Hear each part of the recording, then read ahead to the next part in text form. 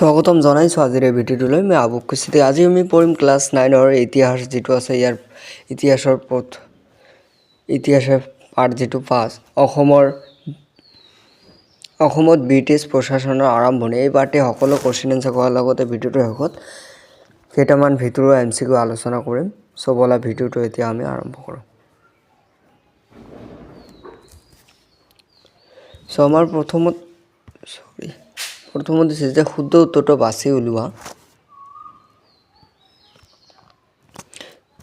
ইয়াৰে 1 নম্বৰ দিছে যে ব্ৰিটিছে জয়ন্তীয়া ৰাজ্যৰ ৰজা ৰাজকেন্দ্ৰ সিংহ গোবিন্দ চন্দ্ৰ তীৰত সিংহক চিলেট লৈ নিৰ্বাচন কৰিছিল ইয়াৰ উত্তৰটো হ'ব যে ব্ৰিটিছে জয়ন্তীয়া ৰাজ্যৰ ৰজা ৰাজেন্দ্ৰ সিংহক চিলেট লৈ নিৰ্বাচন কৰিছিল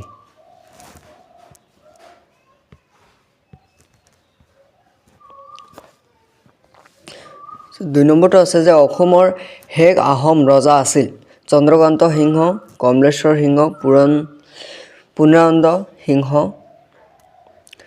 যোগেশ্বৰ সিংহ কোনটো হ'ব আমাৰ অসমৰ হেগ আহোম ৰজা আছিল পুৰন্দৰ সিংহ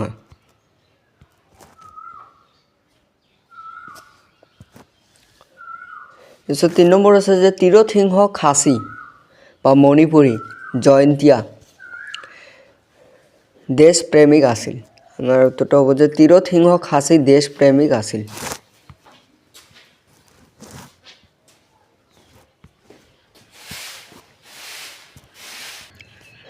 ইয়াৰ পিছত আমাৰ আছে যে চমু উত্তৰৰ প্ৰশ্ন ইয়াৰ 1 নম্বৰ আমাৰ কোৱেশ্চন দিছে যে গোবিন্দ চন্দ্ৰ কোন ৰাজ্যৰ ৰজা আছিল আমি তো লিখিম যে গোবিন্দ চন্দ্ৰ কাছাৰ ৰাজ্যৰ ৰজা আছিল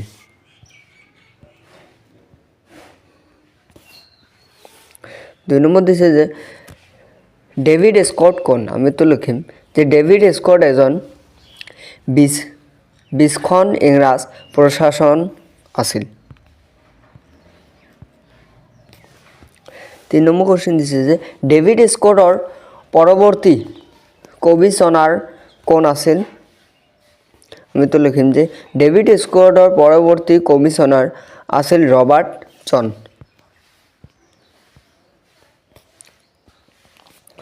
4 নম্বৰ কোৱেশ্চন দিছে যে তীৰত সিংহ কোন ৰাজ্যৰ সিএম আছিল আমি তো লিখিম যে তীৰত সিংহ খাচী ৰাজ্যৰ সিএম আছিল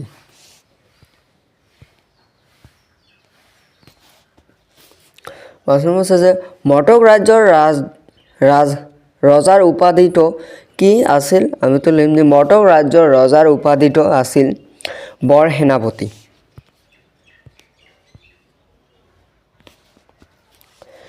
6 নম্বৰ আছে যে জেন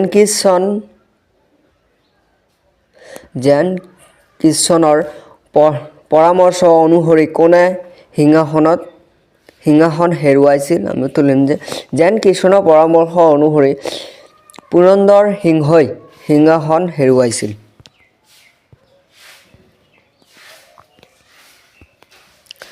7 নম্বৰ কোৱেশ্চন আছে যে জেন কিচনে নামনি অসমক কি জিলাত ভাগ কৰিছিল আমি তো লিখিম যে জেন কিচনে নামনি অসমক গোৱালপাৰা দৰং কামৰূপ জিলাত ভাগ কৰিছিল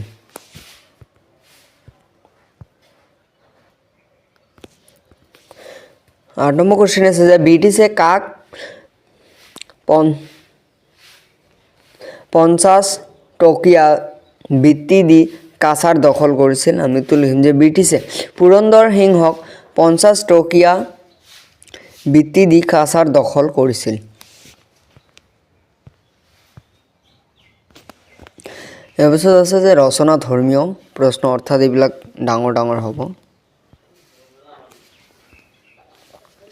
নম্বৰ কোৱেশ্চন আছে যে ডেভিড স্কটৰ ৰাজনীতি কেনে আছিল সো আমি ইয়াৰ উত্তৰটো লিখিম যে ডেভিড স্কটৰ প্ৰশাসন কালত নামনি আৰু উজনি অসমৰ ক্ষেত্ৰত সুখীয়া ৰাজ ব্যৱস্থা হৈছিল নামনি অসমৰ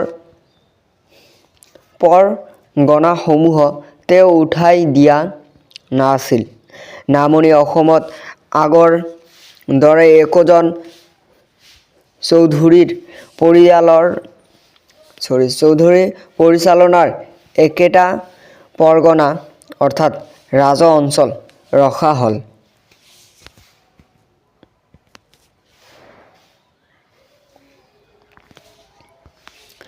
তাৰপিছত আছে যে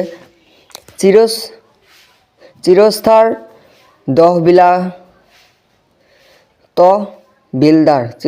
তহবিলদাৰ পাটোৱাৰী ঠাকুৰীয়া আদি খাজানা সংগ্ৰহকাৰী কৰ্মচাৰী নিয়োগ কৰা হয়। নগাঁও আৰু ৰহা অঞ্চলক সামৰি কৰ আদায়ৰ কাৰণে এটা বেলেগ গোট তৈয়াৰ কৰা হৈছিল। এই গোটটো গুৱাহাটীৰ অধীনত ৰখা হৈছিল। ডেভিড স্কটৰ দিনত নামনি অসমৰ মাটিৰ জৰীপ হৈছিল।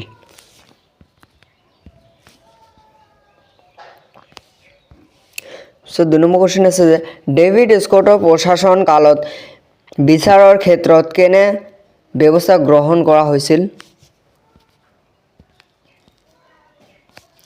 এৰ উত্তৰটো এনেকৈ লিখিম আমি যে ডেভিড স্কটৰ ব্ৰহ্মপুত্ৰ উপত্যকাৰ এক বিৰাট অঞ্চলৰ প্ৰশাসনিক দায়িত্ব আছিল। স্কটৰ শাসনকালত স্থায়ী সাধাৰণ দেৱানী আৰু ফৌজদাৰী গোচৰসমূহ নিষ্পত্তিৰ বাবে স্থায়ী লোকেৰে গঠিত কেতবোৰ পঞ্চায়ত গঠন কৰা হৈছিল।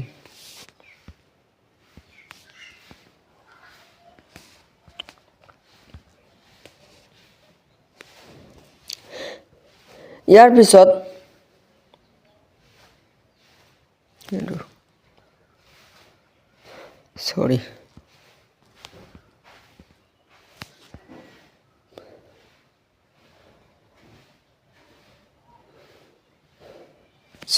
অলপ দিগদাৰ হৈছিল। গুৰুতৰ অপৰাধসমূহক কমিছনাৰ সহকাৰী বিষয়াসকলে পঞ্চায়তৰ সহায়ত বিচাৰ কৰিছিল।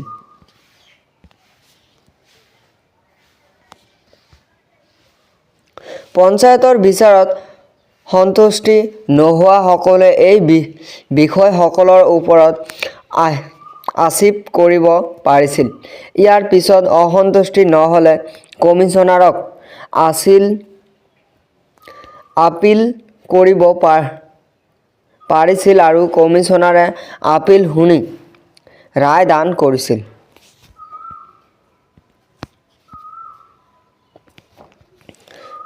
তিন নম্বৰ কুৱেশ্যন আছে যে ৰবাৰ্টছনৰ দিনত ৰাজহ ব্যৱস্থা কেনেধৰণৰ আছিল?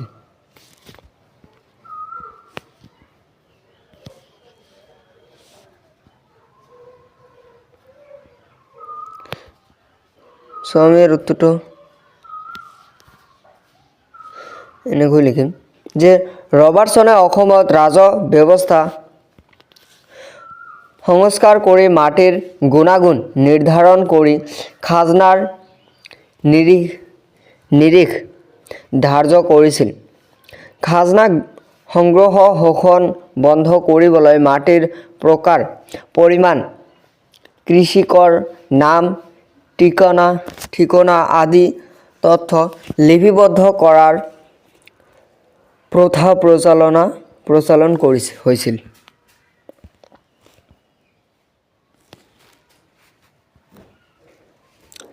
এই তথ্যৰ ভিত্তিত কৃষকৰ মাটি আৰু সোধাৰ লগা খাজনাৰ পৰিমাণ তেওঁৰ নাম সন্নিৱিষ্ট কৰি এখন নথি বা পট্টা দিয়াৰ নিয়ম কৰিছিল। ঘৰ কৰ, কোৰ কৰ, নাঙল কৰ বা জন্মুৰি কৰ একেই ৰখা হৈছিল।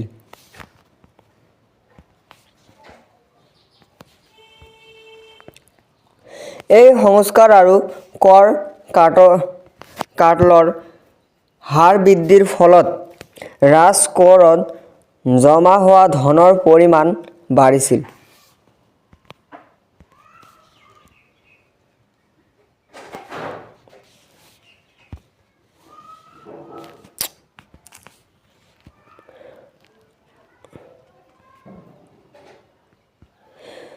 আমাৰ 4 নম্বৰ কোশ্চেন আছে যে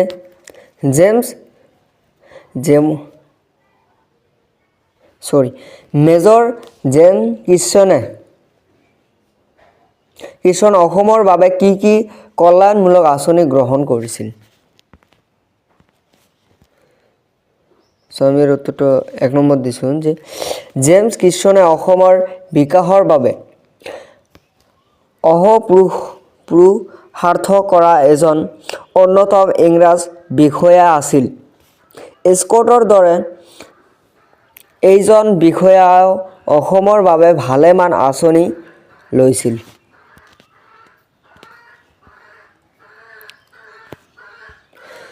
দুই নম্বৰ দিছোঁ যে অসমৰ ৰাজ্যৰ চাহপাত কয়লা তেল উদ্যোগৰ বিকাশৰ সৈতে তেওঁৰ নাম ওতপ্ৰোতভাৱে জড়িত আছিল। অসমৰ সৈতে বংগৰ পোনপটীয়া ব্যৱসায়ৰ ক্ষেত্ৰতো সীমান্তৰ চকীসমূহে প্ৰতিবন্ধকতাৰ সৃষ্টি কৰিছে বুলি স্কটে কান্দাহাৰ চকী উঠাই দিছিল।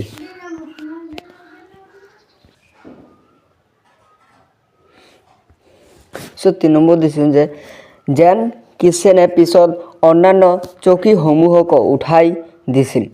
এইজন বিষয়াৰ প্ৰচেষ্টাত ব্ৰহ্মপুত্ৰ নৈৰ প্ৰথম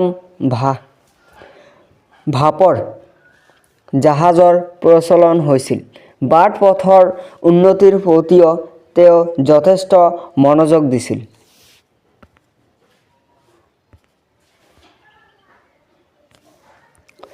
4 নম্বৰ দিছিল যে শিক্ষাৰ ক্ষেত্ৰতো অতিশয় আগ্ৰহী এই বিষয়াজনৰ প্ৰচেষ্টা গুৱাহাটী আৰু শিৱসাগৰ ইংৰাজী মাধ্যমৰ বিদ্যালয় স্থাপিত হৈছিল।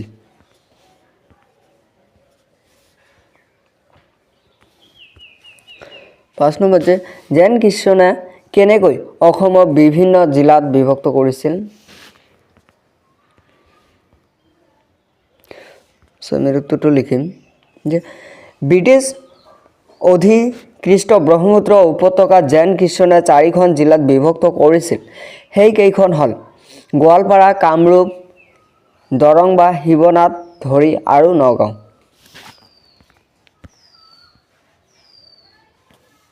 তাৰপিছত আমি লিখিম যে পুৰণি নথিপত্ৰ নগাঁও জিলাৰ খাগৰিজান বুলিহে উল্লেখ আছে। সেই সময়ৰ জিলাখন পূৰে ধনশিৰি নৈলৈকে বিস্তৃত আছিল। খাগৰিজানৰ সদৰ ঠাই আছিল নগাঁও। 1836 চনত এই সদৰ ঠাই ৰঙাগড়লৈ নিয়া হৈছিল।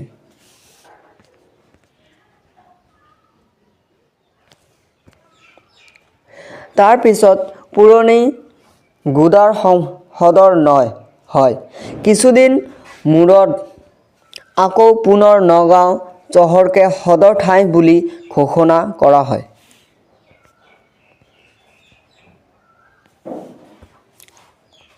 পশ্চিমে মানা আৰু পূবে বৰনদীক সীমা হিচাপে লৈ ব্ৰহ্মপুত্ৰৰ দুয়োপাৰে গঠিত কামৰূপ জিলাৰ সদৰ ঠাই আছিল গুৱাহাটী।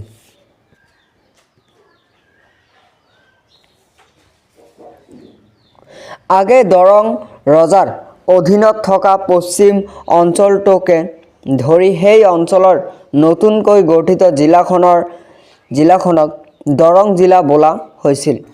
ইয়াৰ সদৰ ঠাই প্ৰথমতে মঙলদৈত আছিল, কিন্তু এই ঠাইখন অস্বাস্থ্যকৰ বুলি বিবেচনা হৈছিল। ই প্ৰায় বানপানীৰ বুৰত গৈছিল।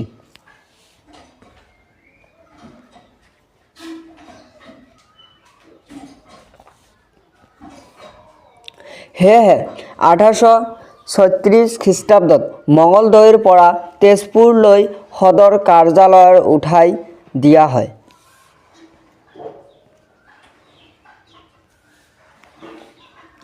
গাৰো পাহাৰকে ধৰি গোৱালপাৰা আগতে ৰংপুৰৰ দ্বাৰা শাসিত হৈছিল। পিছলৈ গাৰো পাহাৰৰ গোৱালপাৰাৰ পৰা আঁতৰাই আনি এখন নতুন জিলা গঠন কৰা হ'ল। আকৌ নিয়মীয়াকৈ ভাব জাহাজ চলিবলৈ লোৱাত গোৱালপাৰাৰ পৰা ধুবুৰীলৈকে সদৰ কাৰ্যালয় উঠাই দিয়া হৈছিল।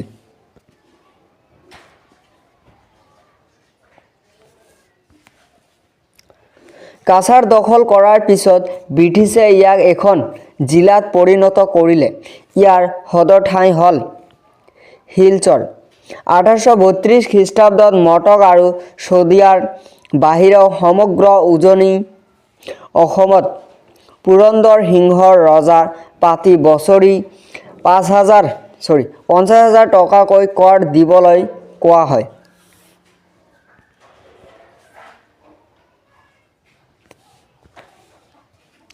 তেওঁ কৰ নিব নোৱাৰাৰ বাবে তেওঁক ৰাজ্য ব্ৰিটিছ পোনপটীয়া প্ৰশাসনৰ অধীনলৈ গ'ল। তেওঁৰ ৰাজ্যখন দুখন জিলাত পৰিণত হ'ল, শিৱসাগৰ আৰু লখিমপুৰ। এই জিলাৰ দুখন সদৰ ঠাই আছিল যথাক্ৰমে যোৰহাট আৰু লখিমপুৰ।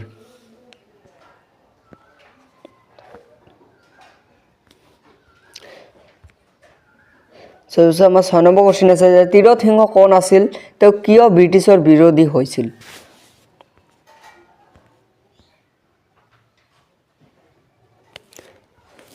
আমি উত্তৰটো লিখিম যে তীৰত সিংহ খাচীৰ নিয়ম আছিল। আমি এই পিছত লিখিম যে ব্ৰিটিছে ব্ৰহ্মপুত্ৰ উপত্যকা দখল কৰাৰ পিছত খাচী পাহাৰৰ মাজেৰে সুৰমা উপত্যকাৰ সৈতে এটা যোগসূত্ৰ স্থাপনৰ মানস কৰিছিল।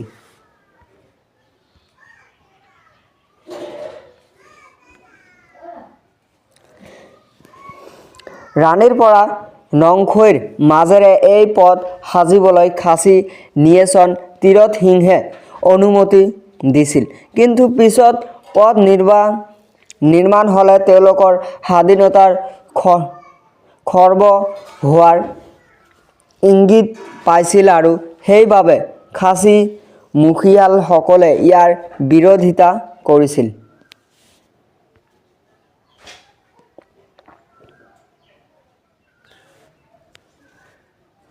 ইতিমধ্যে তীৰত সিংহ আৰু ইংৰাজৰ মাজত সম্পৰ্ক অৱনতি ঘটিছিল। ৰাণী ৰাজ্যৰ বিৰুদ্ধে হোৱা যুদ্ধত তীৰত সিংহক ব্ৰিটিছে সহায় নকৰিলে বৰঞ্চ ৰাণীক ৰজাকহে সহায় কৰিবলৈ তেওঁলোকক প্ৰস্তুত হ'ল।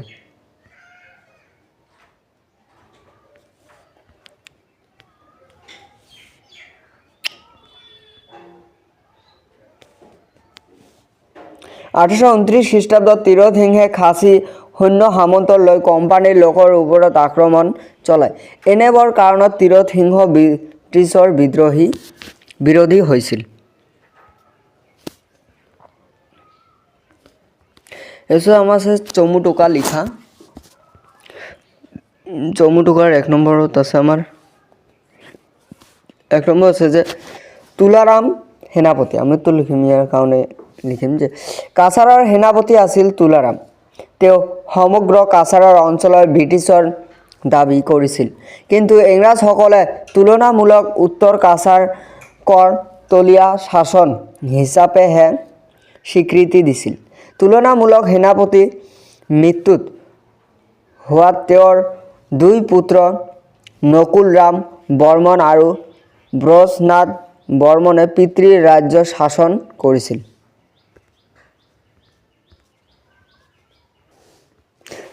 তাৰপিছত আমাৰ 2 নম্বৰ আছে যে পুৰন্দৰ সিংহ। আমি এখনো লিখিম যে পুৰন্দৰ সিংহ আছিল আহোম ৰজা ব্ৰজনাথৰ পুতেক। ৰজা ব্ৰজনাথৰ অংগক্ষয় হোৱাৰ বাবে পুতেকৰ পুৰন্দৰ সিংহক ৰজা পতা হয়।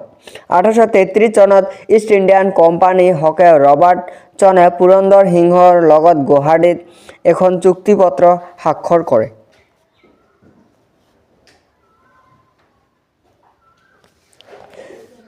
আমাৰ 3 নম্বৰ আছে যে তীৰত সিংহ, আমিতো লিখিম। তীৰত সিং খাচীৰ CM আছিল।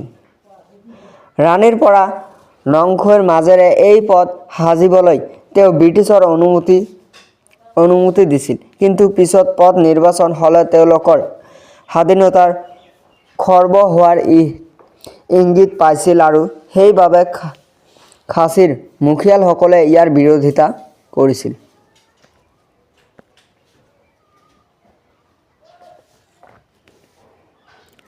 গোমধৰ কোঁৱৰ, আমিতো লিখিম ইয়াৰ কাৰণে যে অসমৰ পোনপ্ৰথমে ব্ৰিটিছ প্ৰশাসনৰ বিৰোধ কৰা গোমধৰ কোঁৱৰ আহোম ৰাজ পৰিয়ালৰ আছিল। গোমধৰ কোঁৱৰক সমৰ্থন কৰিছিল ধনঞ্জয় আৰু তেওঁৰ পুত্ৰ হৰনাথ, জীউৰাম, দুলীয়া বৰুৱা আদিয়ে।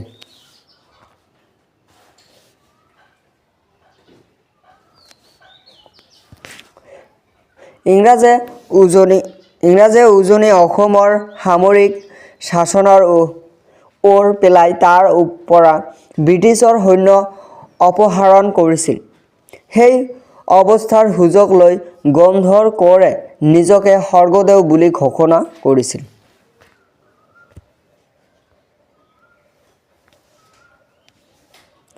পাঁচ নম্বৰ দিছে যে ব্ৰিটিছৰ চিংফৌ ৰাজ্য দখল, আমিতো লিখিম যে মটক ৰাজ্যৰ পূবত থকা নদীহিং আৰু টেঙাপানী নৈৰ মাজৰ সমভূমি অঞ্চলৰ চিংফৌসকলৰ আছিল। চিংফৌৰ মুখিয়ালজনক গাম বোলা হৈছিল।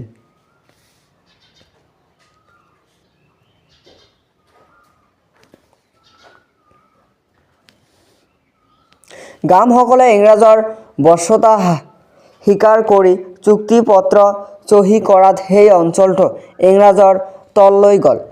পূবৰ পৰা কোনো শক্ৰ অহাৰ গম পালে তেওঁলোকে ইংৰাজৰ চৰকাৰক জনাবলৈ মান্তি হৈছিল।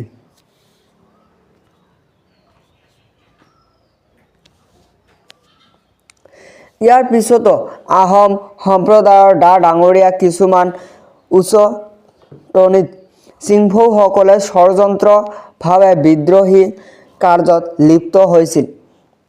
এই বতৰা পাই নিউভিলে পুনৰ চিংফৌসকলক দমন কৰিবলগীয়া হৈছিল।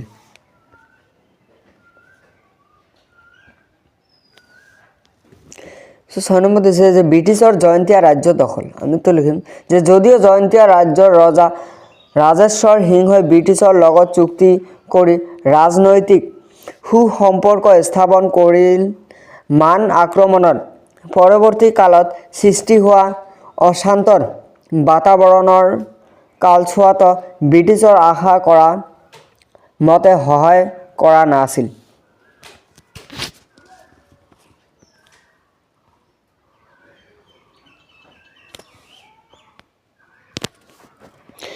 জয়ন্তীয়াসকলে জয়ন্তীয়া পৰগনা সীমাই দি ব্ৰিটিছৰ অধিকৃষ্ট অঞ্চলত উপদ্ৰৱ কৰাৰ অভিযোগ ব্ৰিটিছে তেওঁলোকক ভাবুকি দিবলগীয়া হৈছিল।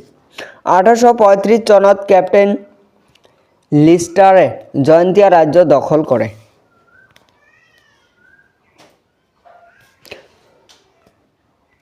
ইয়াৰ পিছত আমি MCQ কেইটা বনাই আনিছোঁ। MCQ তোমালোকৰ ভিতৰত MCQ এইবিলাক পৰীক্ষাৰ কাৰণে ভেৰি ইম্পৰ্টেণ্ট। মই 1 নম্বৰ MCQ দিছোঁ যে প্ৰথম ইং-বৰ্মা যুদ্ধ কেতিয়া হৈছিল? 1815 চনত নে 1816 চনত নে 1814 চনত নে ওপৰৰ কোন এটাও নহয়। কিন্তু আমাৰ যিটো C আছে 1814 চনত প্ৰথম ইং-বৰ্মা যুদ্ধ আৰম্ভণি হৈছিল।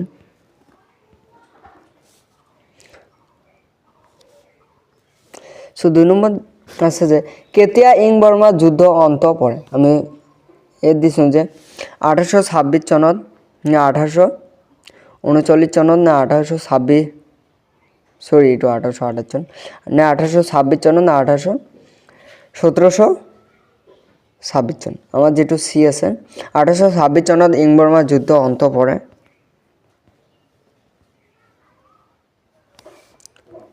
3 নম্বৰ এমসিকিউ দিছোঁ যে ইয়াণ্ডাবু সন্ধি কেতিয়া স্বাক্ষৰিত হয় 1824 চন নে 1826 নে 1816 নে 1817 আমাৰ 1826 চনত ইয়াণ্ডাবু সন্ধি চুক্তি স্বাক্ষৰিত হৈছিল আমি ইয়াৰ আগৰ পাঠটো পঢ়ি আহিছিলোঁ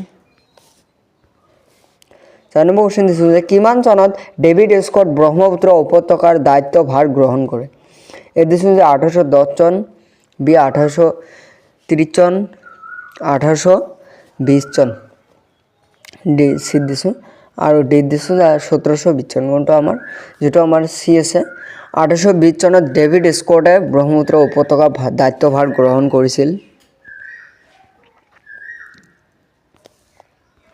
5 নম্বৰ কোৱেশ্চন দিছোঁ যে কিমান চনত আসাম লাইট স্পট নামৰ সামৰিক বাহিনী গঠন কৰা হয় 1820 চনত না 1828 চনত না 1826 চনত না 1830 চনত আমাৰ সি নম্বৰ যেটো আছে 1826 চনত আসাম লাইট স্পট নামৰ সামৰিক বাহিনীটো গঠন কৰা হয়